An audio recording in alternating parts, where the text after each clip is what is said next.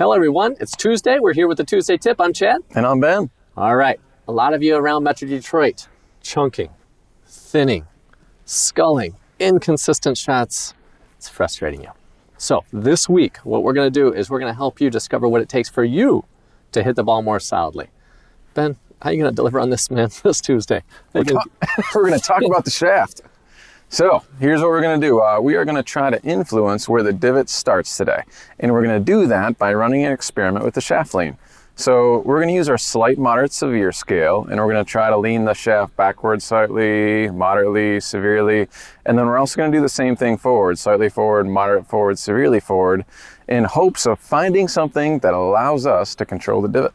Very good. So the way the shaft leans relative to the ball really influences the way the ball comes out or doesn't come out. Is that true? Yeah, most definitely. So one of the ways that I've always thought about low point is the lowest point of your golf swing is basically when the club head gets in line with your hands and your left shoulder. So that's going to be the lowest point of the swing.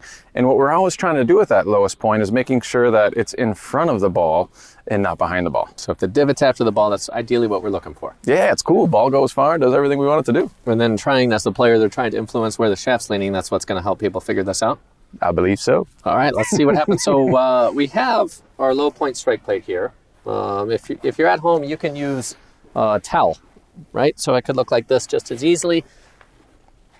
So when you're on the range session or maybe in the yard, just something like that, yeah? Yeah, it's perfect. Okay, so how much space would you say that they should use between where the towel is or our board and where this ball is? I think a good rule of thumb is if you go roughly a club head between the towel and the ball, you're doing pretty well. Very good, very good. Okay, so where are you going to start with the shaft lean experiment? Let's go, I like to do things extreme, right? So let's go severe backwards with the shaft lean and see what happens. So like if you were, well, let's see. So Kyle, come on over here. So show us what that severely leaning backward shaft could look like. Oh boy. Something like this. Okay, so something like that. So maybe that looks like the loft is going more upward, and then if you were trying to scoop or get under the ball, it could look like that. Yes. Okay, let's see what you can do, man. All right, you ready? Yep. This is going to be a good one, Kyle. So, some of you at home are already actually doing this. You just may not know it. So the value of starting with the extreme is that you can maybe feel like, oh, okay, that's kind of feels normal. Or on the other side, it's like, I would never do that. That doesn't work, which is just as valuable.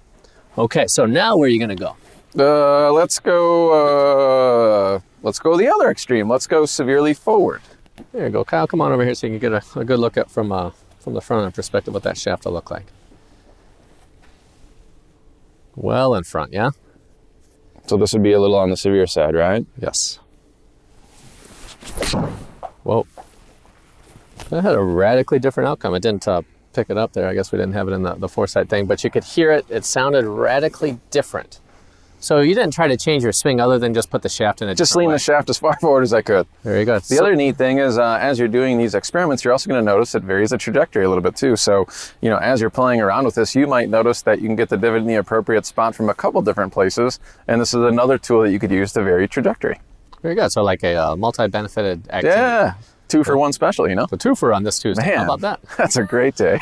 Okay, so now based on the first one with severely back, it didn't, it hit the towel, it didn't really work for you. Then you went the 100% different direction. Yeah. What are you gonna do now?